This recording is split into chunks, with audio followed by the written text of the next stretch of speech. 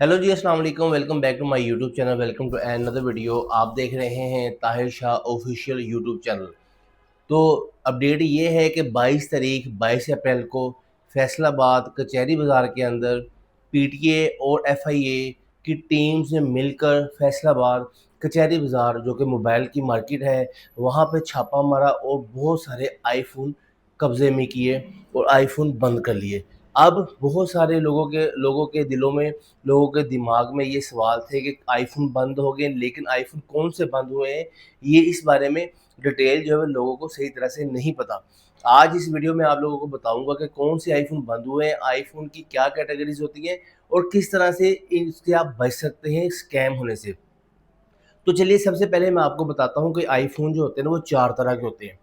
PTA, non PTA जिसको factory unlock भी कहते हैं, और कैटेगरीज़ भी हैं लेकिन मैं आपको मेजर कैटेगरीज़ बताऊँगा। पीटीए, नॉन पीटीए या फैक्ट्री अनलॉक, उसके बाद जेबी और उसके बाद पैच।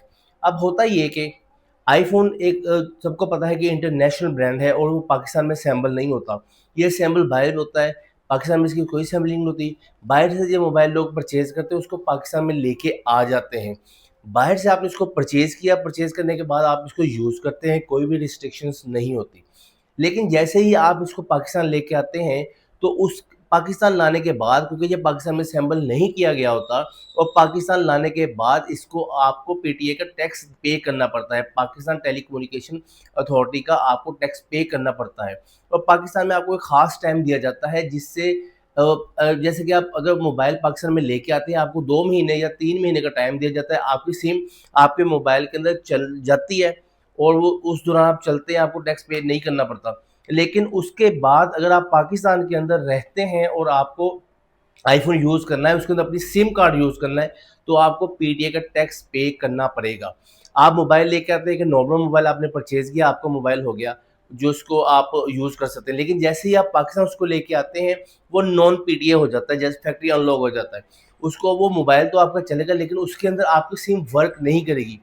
सिम वर्क कर सकती है अगर आप उसका टैक्स पे करें, लेकिन जितनी देर तक आप उसका टैक्स पे नहीं करते, तो वो आपका मोबाइल जो सिम उसमें नहीं चल सकती, तो वो नॉन पीटीए हो जाता है।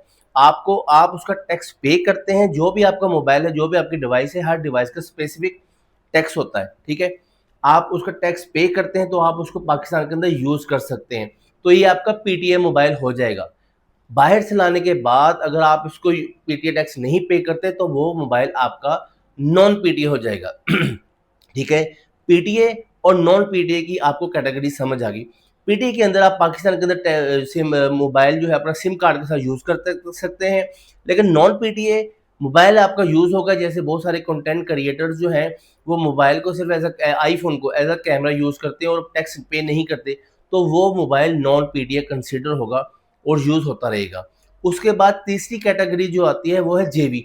अब जेबी मोबाइल क्या होता है, हम बाहर जाते हैं, बाहर से हमने मोबाइल खरीदा, जैसे मैं विज़िट वीज़े पे तो नहीं, मैं वहाँ पे काम करने गया हूँ, मैंने वहाँ पे पाकिस्तानी मैंने वहाँ पे एक मोबाइल परचेज़ किया इंस्टॉलमेंट के ऊपर।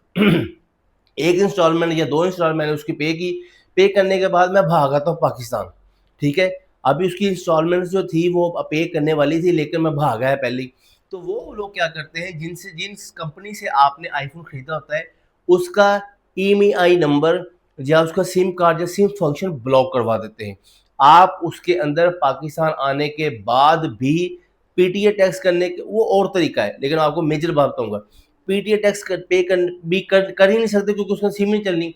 पीटीए टैक्स पे करने के बाद भी सिम कार्ड यूज़ नहीं करवा सकते, क्योंकि जिस कंपनी से आपने अपने दुबई में, जिस भी ममालिक में दुनिया में आपने खरीदा है, वहाँ से आप चोरी करके लाए हैं एक किस्म का। आपने इंस्टॉलमेंट पे वहाँ से मोबाइल लिया, उसको लेके आप पाकिस्तान भागे, आपने इंस्टॉलमेंट नहीं दी, उस कंपनी ने आपके मोबाइल का सिम फंक्शन जो ब्लॉक कर दिया। जो मोबाइल आईफ़ोन बंद होते हैं वो इसको बंद करते हैं कि उसका जो सिम कार्ड है, सिम फंक्शन है, वो पाकिस्तान में कभी चलेगा नहीं। उसके अलावा आपका जो मोबाइल है वो पाकिस्तान में पूरा ही चलता है जैसे फैक्ट्री अनलॉक या नॉन पीटीए। बस इतना फ़र्क होता है, फैक्ट्री अनलॉक या नॉन पीटीए को आप पीटीए करवा सकते हैं, जेवी को आप पीटीए नहीं करवा सकते। जेवी को पीटीए करवाने का जो एक डीपली और फंक्शन है उसकी तरफ मैं नहीं जाऊँगा, जो मेजर बात है वो आपको बताऊँगा। ठीक है, फैक्ट्री अनलॉक को या नॉन पीडीए को आप पीडीए करवा सकते हैं। जेबी मोबाइल जो आपने इंस्टॉलमेंट पे लिया, इंस्टॉलमेंट नहीं पे की, उसको आप लेके पाकिस्तान आके वो जेबी हो जाता है, क्योंकि उस कंपनी ने वो आपका सिम फंक्शन ब्लॉक कर दिया है। आप उसको पाकिस्तान में आके पीडीए नहीं करवा सकते। ठीक है, ये 3 कैटेगरी होगी अपना मोबाइल आईफोन की। अब पाकिस्तान में सबसे ज़्यादा जेबी फ़ोन चलते हैं, क्योंकि बहुत सारे लोग 2 मोबाइल यूज़ करते हैं, एक एंड्रॉयड, एक आईफ़ोन को जैसे कंटेंट क्रिएट करने के लिए, क्योंकि आपको सबको पता है कि आईफ़ोन के अंदर ही सारे लोग आजकल कंटेंट क्रिएट करते हैं, इस तरह से मोबाइल पकड़ के जैसे भी है, ठीक है? तो ये होगी इसकी तीसरी कैटेगरी जेबी। लेकिन इसके बाद एक और कैटेगरी है जिसको पैच बोलते हैं, पैच या सीपीआईडी। अब होता ये कि अब आपके पास मोबाइल है, या आप बाहर से फ्रॉड करके लेके आए, वो जेबी हो गया, या किसी ने आपका मोबाइल चोरी किया है। अब जो ईएमईआई नंबर होता है वो उससे आपका मोबाइल ट्रेस होता है, और उस ईएमईआई नंबर आपके मोबाइल की मालियत पे ही उसका टैक्स बनता है। मिसाल के तौर पे अगर आप बात करें आईफोन 16 प्रो मैक्स की, तो इसकी जो पीटीए टैक्स है वो गालिबन 1,25,000 रुपए। अब होता क्या है कि उसको पाकिस्तान में लाया जाता है, यहाँ के लोग उसको ओपन करके उसकी चिप चेंज कर देते हैं, ईएमईआई नंबर उसका चेंज कर देते हैं। उस डिवाइस के अंदर कोई छोटा मोबाइल, जो बटनों वाला मोबाइल पहले चला करते थे, वो अक्सर डेड हुए पड़े दुकानदारों के पास पड़े होते हैं, उसका ईएमईआई नंबर उसमें डाल देते हैं। आईफोन होता है आपका 3 लाख का, आप उसके ईएमईआई पे करते हैं 1500, 2000, 1000, जो छोटे मोबाइल के जितना होता था, 500 रुपये। वो आपका मोबाइल जो है वो सिम वर्क करना शुरू कर देता है। एक आप ये जुगाड़ लगाते हैं, दूसरा जो आपका मोबाइल छीना जाता है उसका भी ईएमईआई नंबर चेंज कर दिया जाता है। इसको बोलते हैं पैच या सीपीआईडी। फिलहाल जो कार्रवाई की गई है, फिलहाल जो न्यूज़ है वो ये है कि फैसलाबाद के अंदर या लाहौर के अंदर फी सेंटर में भी पहले एक रेड हुई थी। ये जो सीपीआईडी या चिप वाले मोबाइल है इसको बैन किया जाएगा। जेवी जो है मोबाइल, इसको बैन किया जाएगा या नहीं किया जाएगा, इस पे अभी ऑपरेशन नहीं हुआ या रेड इसके ऊपर नहीं हुई, लेकिन कहा यही जा रहा है कि जेवी भी बैन कर दिए जाएंगे, क्योंकि ये इलीगल तौर पे पाकिस्तान में आते हैं। आप वहां से उनकी इंस्टॉलमेंट पे किए बिना पाकिस्तान में लेके आते हैं, और एक किस्म से वो भी चोरी का बन जाता है। आपका मोबाइल अगर खुदा ना ख्वास्ता छीना जाता है, लोग उसको ले जाके उसका सीपीआईडी या चिप वगैरह चेंज करवाते हैं, और ईमेल नंबर चेंज हो जाता है। आपके जो डब्बे पे आपके पास जो ईमेल नंबर होता है वो वैसे का वैसे ही पड़ा रहता है, पुलिस उसको ट्रेस नहीं कर पाती। तो बेसिकली अब जो रेड हुई है फैसलाबाद के अंदर 22 तारीख को, 22 अप्रैल को, वो इस मोबाइल को 17 मोबाइल जो थे वो सीपीआईडी या चिप वाले थे, उन्होंने पकड़े, और 5 लोग भी पकड़े हैं, जिनमें से 2 की उन्होंने तशखीस कर दी है, और जो 3 है उनका अभी उन्होंने रखा हुआ है कि वो उनके अभी प्रूफ हुआ है कि उनके पास चिप वाले या चोरी वाले मोबाइल थे या नहीं थे।